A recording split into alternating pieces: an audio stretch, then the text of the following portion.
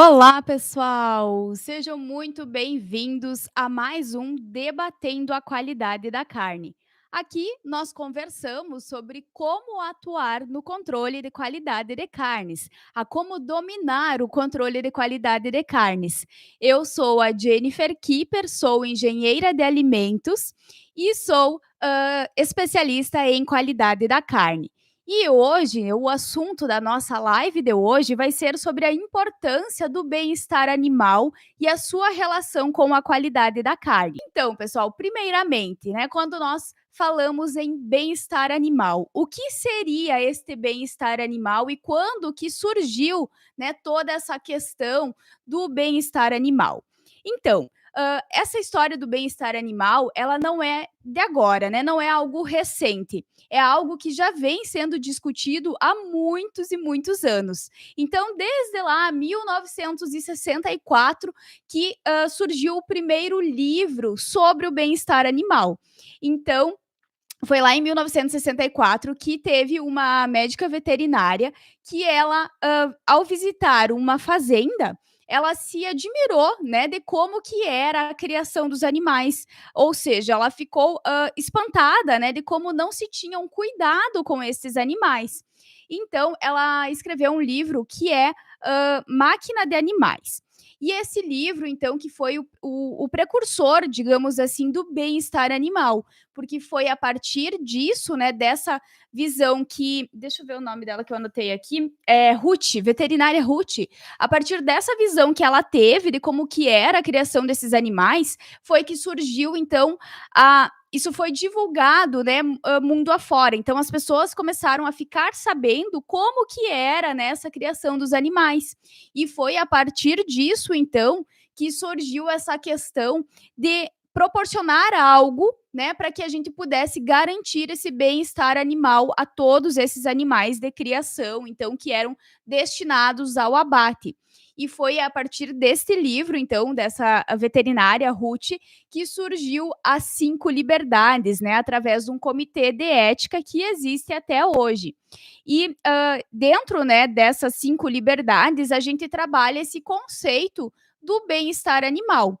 O que seria, então, bem-estar animal? O bem-estar animal é nós garantirmos a esses animais condições, tanto condições físicas, mentais e ambientais adequadas, tá?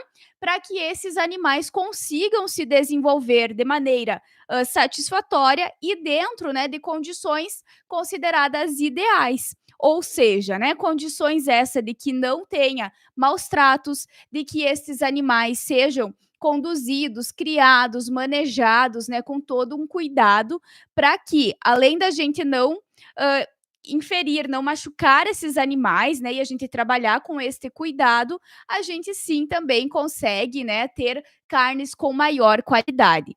Então, o bem-estar animal hoje, né, de um tempo para cá, é um assunto que ele vem sendo discutido com bastante intensidade. As empresas, os frigoríficos, as próprias legislações responsáveis estão voltando mais essa atenção e mudando alguns parâmetros justamente para que a gente consiga traçar metas, né, dentro do plano organizacional das empresas para que a gente consiga garantir este bem-estar animal. Então, para isso, nós precisamos ter uma série de cuidados e de exigências para que a gente consiga garantir esse bem-estar aos animais, né? Então, hoje não é só a moda do bem-estar animal, a gente precisa sim garantir que realmente ele esteja sendo realizado de maneira correta, porque, né, não vamos ser hipócritas e dizer aqui que é apenas pelo bem-estar dos animais, as empresas buscam o bem-estar animal também para terem retorno financeiro.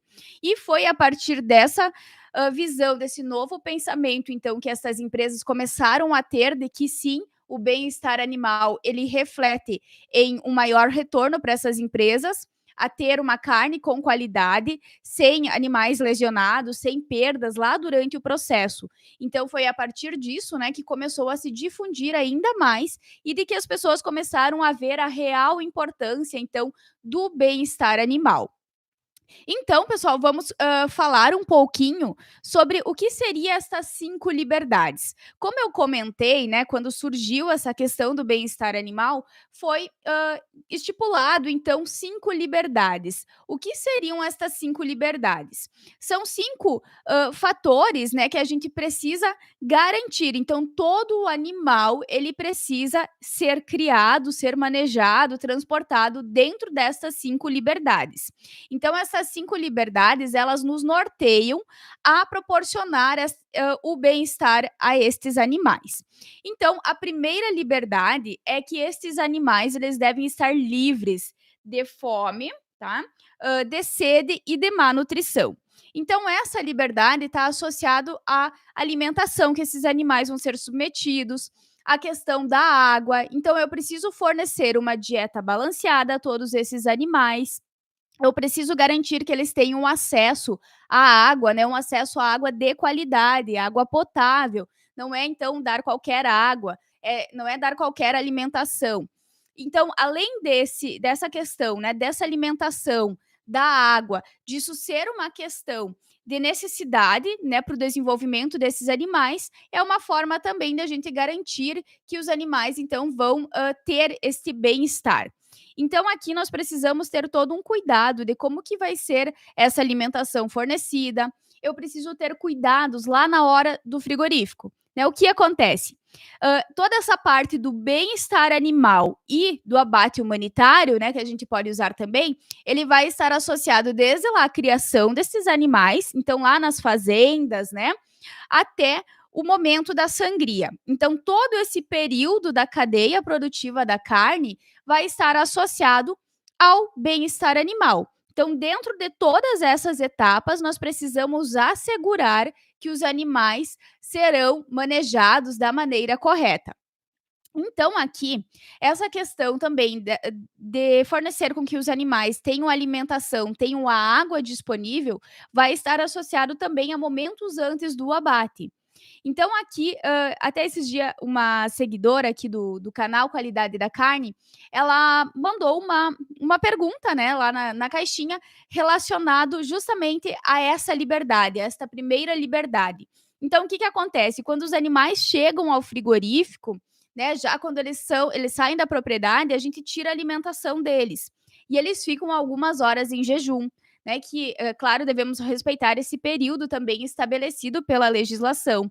Então, no máximo 24 horas para os bovinos, o jejum desses animais antes de serem abatidos, no máximo 18 horas para os suínos e 12 horas para as aves. Então, ela levantava essa questão de que, se nós temos uma liberdade do bem-estar animal que exige, né, que nos diz que os animais eles devem estar livres de fome e de sede, como que a gente deixa esses animais, então, lá no frigorífico, sem receber alimentação? Eles ficam apenas recebendo a dieta hídrica, então eles têm apenas acesso à água, né? Água potável, de qualidade, e eles não têm alimentação.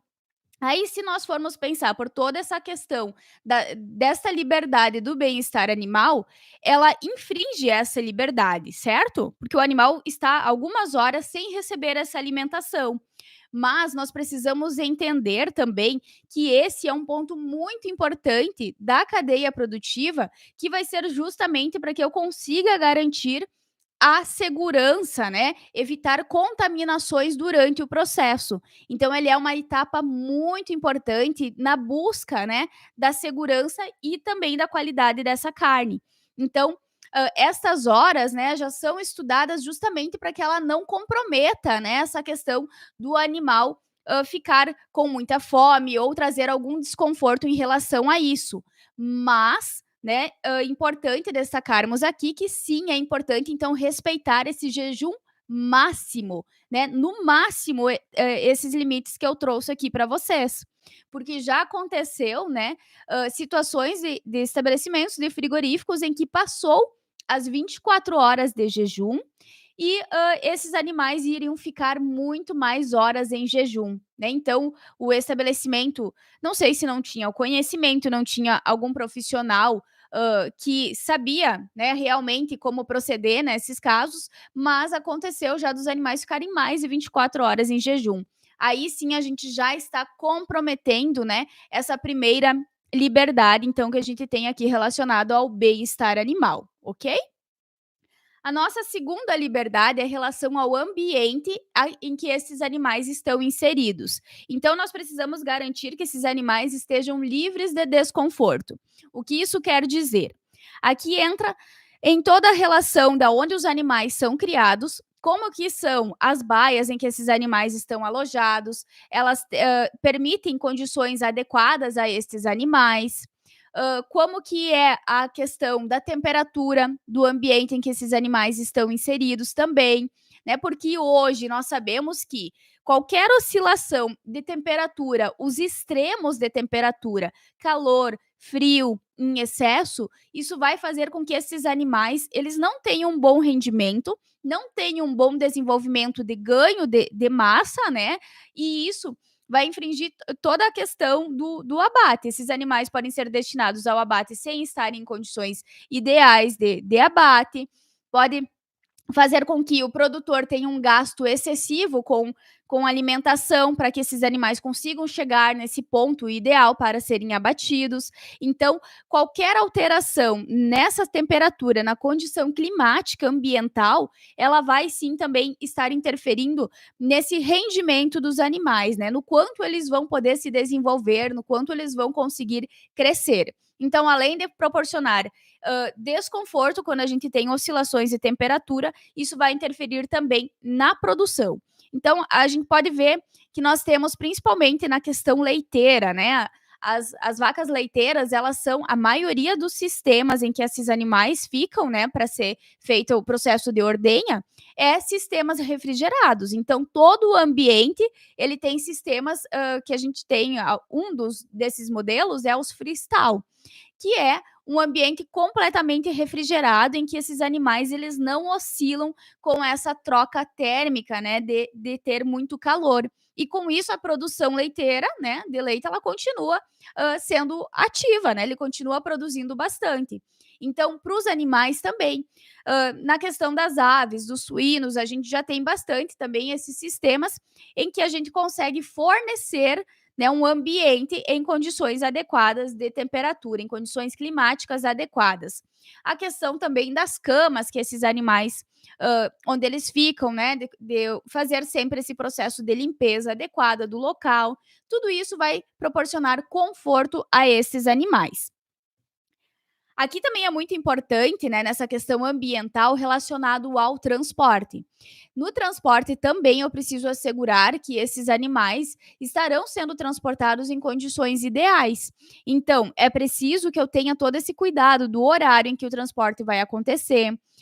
Eu preciso ter cuidados também, né, se eu for por acaso, né, transportar esses animais em um horário que seja de um calor intenso, que tenha um frio intenso também, eu preciso amenizar, né. Então, no calor, o que se costuma utilizar, se o caminhão não tem sistema de refrigeração, não tem ventiladores, exaustores, se utiliza um banho de aspersão nesses animais antes deles serem conduzidos, então, durante esse transporte. Então essa também é uma técnica que ajuda nessa questão de trazer esse conforto a estes animais.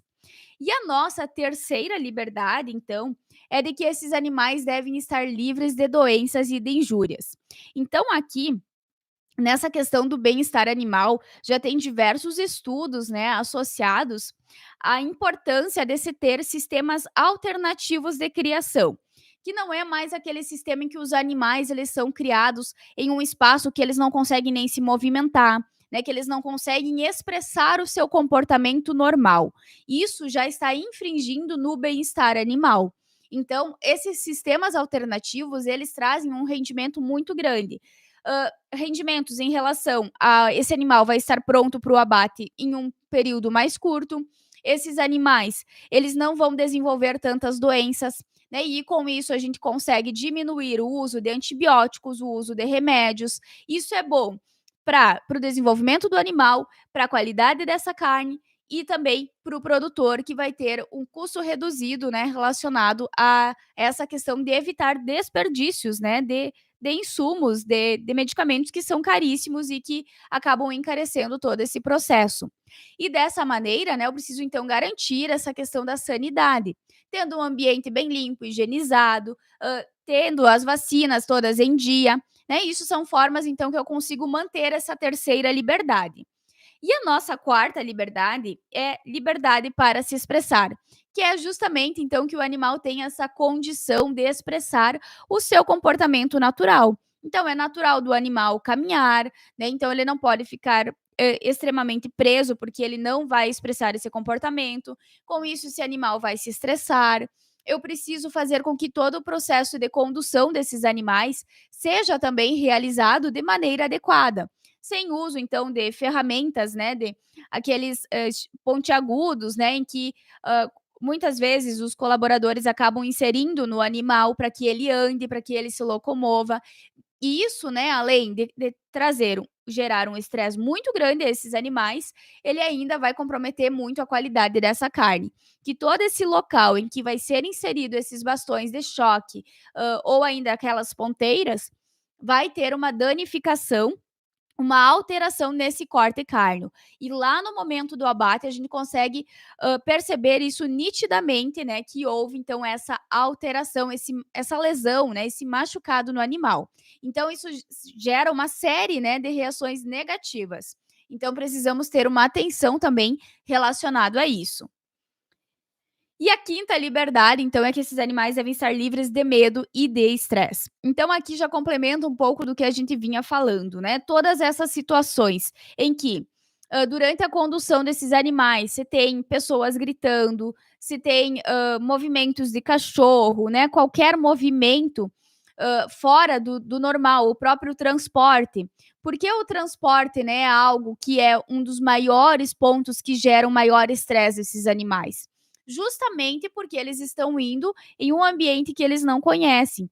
Eles estão indo nesse ambiente em que ele tem muito agito, ele pode ter toda a questão do movimento da estrada, do barulho. É por isso que hoje os caminhões estão vindo o mais fechado possível, justamente para que os animais não tenham em sua visão, né, toda essa movimentação da estrada, para que isso não gere um estresse muito grande e, por consequência, não interfira, então, na qualidade destas carnes, ok?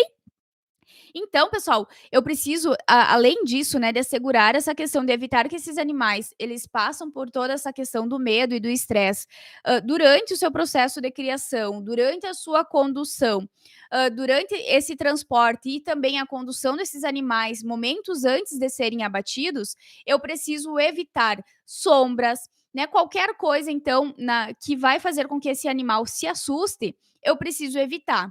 Então, aqui entra a questão, né, da forma com que vai ser feito, construído toda a estrutura, né, os currais de espera, a seringa, como que vai ser o layout dessas construções. Tudo isso vai interferir nessa questão de garantir com que esses animais fiquem livres, né, desse medo e desse estresse. Então, aqui é importante que a gente tenha todo esse cuidado para realmente fazer com que esse animal não se sinta estressado. Por quê? Porque eu preciso garantir que esse animal não se sinta estressado. Se ele se sentir estressado, passar por esse estresse momentos antes do abate, nós vamos ter o que a gente chama então de um estresse crônico, né? Um estresse, desculpa, um estresse agudo, né? Momentos antes do abate. E quando esse estresse ele é mais prolongado, que vem desde lá da fazenda, durante o transporte, a gente tem um estresse crônico. E ambos esses tipos de estresse, eles vão proporcionar nessa carne o que nós chamamos dos defeitos cárneos. Então, toda vez que esse animal ele for conduzido de maneira inadequada, toda vez que eu não ter implementado o bem-estar animal e o abate humanitário, né, eu vou ter a incidência desses defeitos. Quais defeitos, né? Eu vou ter lá os defeitos PSE, que é da sigla em inglês, né? O P é de pale, soft e exudative. Traduzindo, né, essa carne vai ser uma carne que vai ter uma coloração pálida, vai ser uma carne mole e uma carne que libera muita água.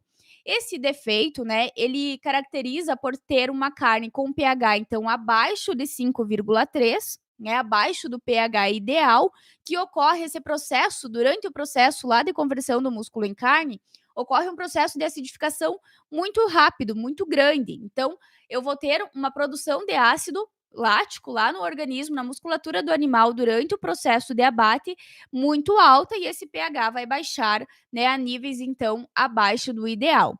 Esse defeito, ele tem uma maior incidência, então, na carne suína. Um dos fatores também, né, que é um precursor para esse defeito cárneo é justamente a questão do gene dos próprios suínos, né? Eles têm o gene alotano, que faz com que esses animais, eles são altamente mais estressantes, né? Então, qualquer coisinha diferente da sua rotina ali já causa esse estresse aos animais, né? Aos suínos principalmente. Então, PSE é um defeito que tem maior incidência em suínos, mas pode sim também ter o aparecimento em outras carnes, como a carne bovina e também a carne de frango. E nós temos também o outro defeito, que é o defeito DFD, que é, então, o maior, né, fator que vai interferir nesse defeito vai ser esse estresse crônico, que se estende por um tempo maior. E esse defeito, então, o pH vai ser muito alto. Então, esse animal não vai ter reserva suficiente de energia, né, de glicose no seu organismo, porque ele vai gastar tudo por esse estresse. E no processo que nós temos lá de conversão do músculo em carne, esse pH ele vai ficar muito alto. Então, aqui caracteriza uma carne que tem um pH acima de 5,8, né? Acima de 5,9, eu já tenho, então, a carne com esse defeito chamado DFD. Essa carne, então, vai ser dark, firm e dry, né? Então, é uma carne que tem uma coloração escura, é uma carne seca e é uma carne, então, também firme, né? Uma carne que tem essa dureza. Então, pessoal, ambos esses defeitos, eles não vão só estar associados a interferir nessas características da qualidade, mas sim também eles vão interferir na questão da segurança, da durabilidade dessas carnes. Então, uma carne em condições normais, né, em que eu proporciono bem-estar a esses animais, um abate humanitário, eu consigo ter uma durabilidade maior. Porque quando eu tenho os defeitos cárneos, DFD, PSE, eu tenho, né, uma probabilidade de se ter o desenvolvimento de micro-organismos acelerado. E com isso, né, isso faz com que eu diminua a vida de prateleira dessas carnes. Então, aqui entra já um outro grande problema, além de simplesmente alterar as características sensoriais, mas ele passa a alterar a vida de prateleira e a segurança dessas carnes. Então, aqui é um ponto muito importante também que precisa ser avaliado. Como que eu vou identificar esses defeitos, né? Eu vou identificar durante a realização, então, a verificação mais precisa, né, que me dá um resultado verídico, fidedigno, né, fazendo a verificação do pH. Então, ao realizar a medição do pH, eu consigo selecionar, né, as carnes que tiveram, então, esses defeitos cárneos. E outras características é visual, né, onde eu consigo ver essa alteração da cor, eu consigo ver todo esse aspecto que essa carne tem. Então, nós precisamos garantir que o bem-estar animal ele esteja assegurado, ele seja implementado em todas essas etapas, para que eu consiga evitar a incidência desses defeitos. O que mais, né, que pode interferir na qualidade da carne, além destes defeitos? Porque eles não são os únicos, né? Quando eu não tenho bem-estar animal, ainda eu vou ter problemas no rendimento dos cortes, porque toda essa questão, então, do bem-estar animal, se eu utilizei lá um bastão, né, de choque ou ainda um utensílio pontiagudo, eu vou danificar alguns cortes cárneos. Esses cortes cárneos vão ter que ser descartados, né? Eu vou ter que descartar partes dessas carcaças, fazer todo um toalete, né? Em que eu vou ter muita perda. E isso também compromete a questão do rendimento, não só do pecuarista, o DQ do produtor, mas também lá do frigorífico. E ainda, se chegar alguma carne com alguma lesão lá na ponta final, lá no setor de distribuição, nos açougues, nas casas de carnes, eles também vão ter que fazer todo esse processo de retirada desses hematomas, dessas lesões. E isso também gera prejuízos. E o consumidor, então, em hipótese alguma, ele pode levar para sua casa uma carne com algum hematoma, né, com alguma lesão ocasionada durante essas etapas anteriores ao abate.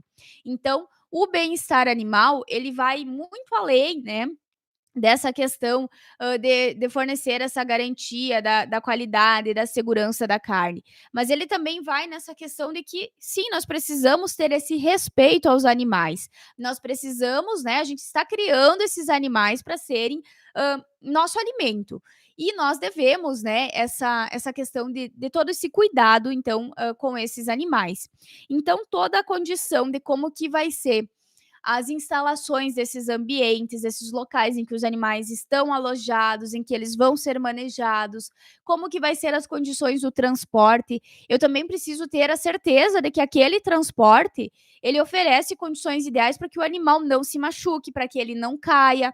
Então, desde o piso, né, precisa ser um piso antiaderente, desde quando os animais vão embarcar nesse caminhão até o momento que ele vai ser feito o desembarque. Porque todas essas questões de alguma queda que o animal possa ter, pode comprometer, né, toda a vida desse animal e eu posso ter, até em alguns casos, né, eu preciso condenar essas carcaças. E aqui, pessoal, essa questão do bem-estar animal, desses cuidados, eles são para todas as espécies animais, né.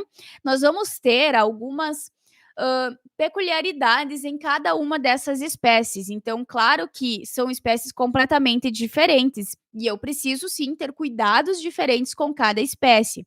Então, vai mudar um pouco a questão da captura, de como esses animais vão ser pegos, né, para serem colocados nesse caminhão de transporte. Vai mudar toda a estrutura do transporte, como que vai ser, né, esse transporte, como que pode ser esse transporte. Ali, como eu comentei no início, né, vai ter essa questão do jejum que vai ser diferenciada, então, para as diferentes espécies. Desde lá, para a gente garantir esse abate humanitário no frigorífico, também vai ser diferente, né? Eu vou ter formas de insensibilização diferentes, eu vou ter toda a questão do cuidado para identificar, né, os sinais de uma correta insensibilização também vão variar de uma espécie para outra. Então, tudo isso faz parte, né, dessa questão de garantir o bem-estar animal e também garantir esse abate humanitário. Então, de que forma, né, que nós, profissionais da área, podemos garantir bem-estar animal, garantir um abate humanitário? Aqui, pessoal, entra toda a questão do monitoramento dessas etapas. A questão, então, dos documentos da qualidade. Então, para que eu consiga garantir, né, que eu tenho o bem-estar animal sendo colocado em prática, eu preciso ter esses documentos devidamente escritos e devidamente, então, implementados. O que isso quer dizer? Esses documentos precisam funcionar lá na prática, né? O que eu escrevo no papel precisa funcionar na prática. Então aqui vai entrar toda a questão de ter como que vai ser feito esse monitoramento, o que eu preciso monitorar. Eu preciso monitorar a forma com que vai ser feito o transporte, com que vai ser feita a condução, o tempo de jejum desses animais desde lá da fazenda. Eu preciso garantir, né, que todas essas etapas estão sendo devidamente monitoradas. E esse monitoramento vai acontecer, então, a partir das planilhas em que é feito esse registro de todas essas atividades até chegar na etapa da sangria. Então, aqui vai entrar também a questão do treinamento dos colaboradores. Todos os colaboradores que fazem parte desses elos iniciais da cadeia produtiva, eles precisam ser devidamente treinados. Então, nós temos, né, a nova legislação que já está em vigor, né, a RDC 365 do MAPA, que ela já entrou em vigor no ano passado, em acho que 21 de julho, se não me engano, e ela, né, já nos diz que todos os colaboradores que fazem parte desse processo, que vão trabalhar em algum momento dessa cadeia com o bem-estar animal, com esse contato com os animais, eles precisam receber esses treinamentos. Então, aqui entra desde lá o motorista do caminhão que realiza o transporte, ele também vai precisar ter esse treinamento específico, para que ele saiba, né, que velocidade que ele pode usar, o que ele precisa fazer quando acontecer determinada situação, quanto tempo ele pode ficar parado, né? O que ele precisa cuidar. Então esse treinamento é importante, né, para que, a gente consiga realmente garantir esse bem-estar animal. E quando nós trabalhamos com esse treinamento contínuo, né, é dessa forma que a gente vai conseguir melhorar todos esses processos. Então precisa ser um treinamento que não só a gente ensine esses colaboradores de como fazer cada uma dessas etapas, mas também que a gente trabalhe com a conscientização. Por quê? Quando, eu ia muitas vezes, né, nos frigoríficos, o que que acontecia? Você via lá os animais, né, então os colaboradores, quando tinha pessoas junto, né, então quando tinha uma pessoa estranha, que eles não conheciam, alguém que estava ali de olho neles, eles faziam a condução da maneira show de bola, né, sem machucar os animais, sem gritar, sem usar os bastões, sem usar o choque elétrico. Aí você virava as costas, o que que acontecia? Eles já para tentar agilizar, né, as pessoas querem tudo muito rápido, só que na verdade elas não entendem que isso, faz justamente o contrário, né. Então, os animais se forem conduzidos da maneira correta, eles vão andar, corretamente no seu tempo, eles vão, se locomover até o box de insensibilização, por exemplo, né. Então, a gente precisa trabalhar com essa questão da conscientização para mostrar para esses colaboradores o quanto é importante a gente trabalhar com esse zelo, esse bem-estar animal, que ele vai sim, proporcionar, né, essa condição especial a esse animal e vai estar diretamente associado, então, à qualidade, ao rendimento dessas carnes e principalmente também à segurança dessas carnes. Então eu preciso trabalhar, né, com todas essas questões.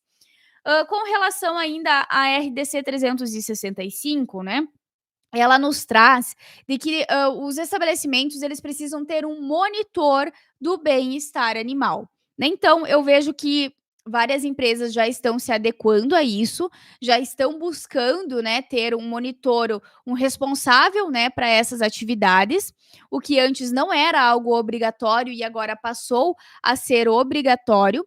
E, tudo isso, né, todas essas mudanças que nós tivemos com essa nova portaria, essa nova legislação que está em vigência, são justamente, né, ações para que a gente consiga, garantir o máximo do cumprimento desse bem-estar animal. Então, ter esse monitor, isso vai facilitar com que esse monitoramento de todas essas etapas que a gente veio falando até aqui, elas sejam realmente colocadas em prática. Então eu já tenho alunos meus, né, que trabalham diretamente como monitores já do bem-estar animal. Então é muito importante, né, esses monitores, porque eles conseguem avaliar todo esse processo. Tem o caso de uma aluna minha em que o frigorífico em que ela trabalha, eles estavam tendo uma série de problemas, hã, em relação ao processo entre a insensibilização e a sangria. O que estava acontecendo? Estava demorando demais, né, para ser realizado a sangria, então eles estavam esperando muito tempo. Então aqui, ele já é um processo que pode comprometer toda essa questão do abate humanitário, né, porque a questão do abate humanitário entra nessa questão do bem-estar animal. Eu preciso garantir que esse animal ao morrer, né, ao entrar nesse processo de abate, que ele não sofra, que ele não sinta dores, né. E se eu demoro muito tempo para fazer a sangria desses animais, esses animais eles podem retomar a consciência durante esse período e com isso eu comprometo todo um trabalho, né, desenvolvido, desde lá da fazenda. Então eles estavam tendo esse problema que demorava demais, né, para realizar essas operações e eles estavam tendo problema já na qualidade e na segurança dessa carne. E quando ela foi então buscar se informar, né, estudar sobre isso lá no curso, né, que ela é minha aluna, no Desvendando a Qualidade da Carne, a gente tem módulos, né, em que eu falo exatamente sobre o bem-estar animal, os cuidados e sobre essa questão do abate humanitário. E ali ela pôde verificar que eles não estavam fazendo uma ação muito simples, que era fazer a o monitoramento, né, do tempo entre uma etapa e outra. Então eles estavam com um tempo muito superior. E ela começou a implantar, colocar lá uma pessoa, né, com um reloginho controlando lá, monitorando esse tempo. E eles conseguiram diminuir, né, muito essa incidência desses problemas que eles estavam tendo. Então foi, a busca que pelo conhecimento em colocar em prática algo tão simples, que é um monitoramento de um tempo entre uma etapa e outra, que trouxe um resultado significativo significativo para esse estabelecimento. Então, eles estavam perdendo dinheiro. De acordo com a RDC 365, sim, todo frigorífico ele precisa ter esse monitor do bem-estar animal. Então, aqui é bacana porque entra mais uma oportunidade, né, para os profissionais, então, da nossa área, né, mais uma área de atuação, né, que pode também ser bem bacana, que tem muita coisa também para ser trabalhado, para ser estudado, né, para colocar em prática. Então, os estabelecimentos que têm sistema de inspeção estadual, eles têm até 2 anos para se adequarem, né, a todas essas novas exigências da portaria. Então, de julho do ano passado, né, agora eles têm 2 anos, né, a contar do dia da publicação da vigência dessa RDC. E os frigoríficos sobre inspeção federal, eles têm 1 ano, então já está aí, a gente já está quase em julho, né? Então agora em julho já passa esse período de vigência em que eles precisam se adequar, né, a esta legislação. E claro, essa legislação, então, ela trouxe uma série, outras séries de alterações, né? E eu acho que foram alterações bem bacanas, que são justamente, então, para que a gente consiga proporcionar, né, esse bem-estar animal. Desde questões de estabelecer, né, um limite de quantos animais podem ser colocados em cada baia, né? Tudo isso está estipulado, está descrito, então, nessa legislação, que é a portaria de número 365, tá bom? Então, pessoal, o que que acontece, com relação a esse bem-estar animal? Os estabelecimentos todos, então, precisam assegurar, né, de que esses animais eles vão ser submetidos ao bem-estar animal, né, ao abate humanitário. Para isso, né, nós temos, então, toda essa questão das documentações, as legislações que devem ser seguidas, e todo o estabelecimento precisa se adequar, então, para garantir, né, que tudo isso seja realmente colocado em prática. Aqui uma dica muito bacana, né, que eu trago para vocês é relacionado a um filme que talvez, né, vocês já conheçam, mas talvez nem todos ainda, então pode ser uma oportunidade, que é o filme então da Temple Grandin. A Temple Grandin, né, ela é uma precursora do bem-estar animal, então ela nesse filme conta toda a história dela, né, ela é uma zootecnista formada em zootecnia e ela também tem toda essa questão de enfrentar o autismo.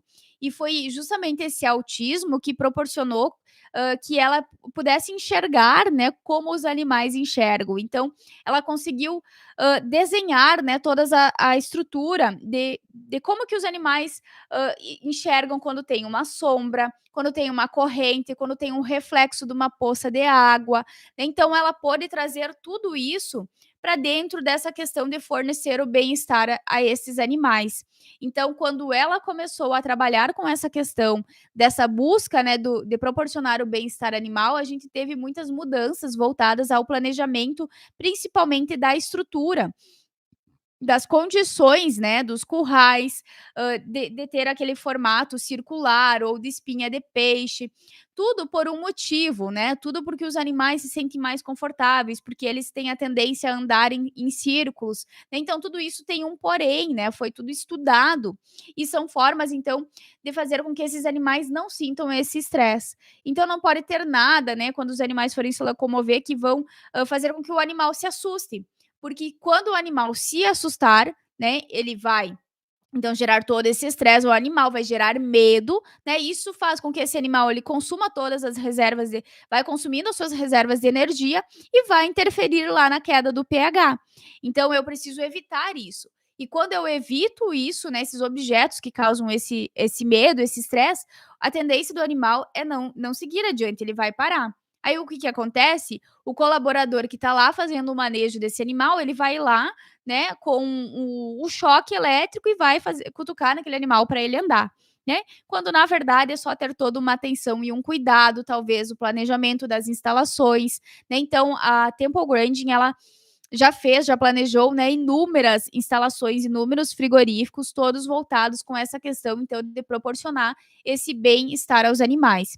E o filme dela, então, é um filme fantástico. Eu mesma já olhei diversas vezes esse filme, porque além dele trazer toda essa questão do bem-estar animal, ele ainda, né, traz a história dela. Então, é bem bacana, né, a gente conhecer um pouquinho, porque ela é hoje, ela é há anos, né, ela é referência já na área, né? Então, quem não conhece ela, busque conhecer, olhar artigos, ela tem vários e vários artigos sobre o bem-estar animal, sobre o que interfere toda essa questão do manejo desses animais, então vale a pena conhecer um pouco da história dela, um pouco do que ela prega, né, relacionado a esse bem-estar animal. Então, é uma dica que eu deixo aqui para vocês, quem ainda não assistiu, né, para assistirem esse filme dela que vale muito, muito a pena. Então, pessoal, toda essa questão, né, do bem-estar animal, quando ele não é colocado em prática, ele vai trazer uma série de prejuízos, né? Então a gente já pode observar isso, né, nesse pouco, tempo que eu estou aqui conversando com vocês. Então, bem-estar animal, quando não é colocado em prática, ele só tem a trazer prejuízos, né, ele não vai trazer nada de bom, ele só vai trazer coisas ruins. Então nós precisamos evitar, tá, evitar que, esses maus tratos aos animais aconteçam. E como que eu consigo evitar? Através, né, desse monitoramento contínuo de colaboradores treinados, né, então uma das ações que sempre vão precisar estar acontecendo vai ser esse monitoramento contínuo, esse monitoramento constante e o treinamento. O treinamento dos colaboradores, né, em vários pontos dessa cadeia vão ser decisórios para que a gente consiga garantir que realmente o bem-estar animal vai ser colocado em prática. As consequências, né, dessas falhas no bem-estar animal vão ser relacionadas a hematomas, vários hematomas, né? A gente já teve vários casos em que a carcaça chega ao frigorífico completamente cheia de lesões e muitas vezes essa carcaça precisa até ser condenada, né? Então, qualquer coisinha que possa comprometer, que causar um machucado nesses animais, lá na hora do abate isso vai ser visível, né. Então, carcaças muito machucadas através de agressões, de falhas, né, nesse próprio manejo ou ainda falhas durante o transporte, vão gerar uma série de hematomas a esses animais, lesões, né, quebra de pata, várias situações. Pode ocorrer também perda de peso, redução da vida de prateleira dessas carnes, né? Então, é uma série de prejuízos que acontece quando a gente não tem o bem-estar animal colocado em prática. Certo, pessoal?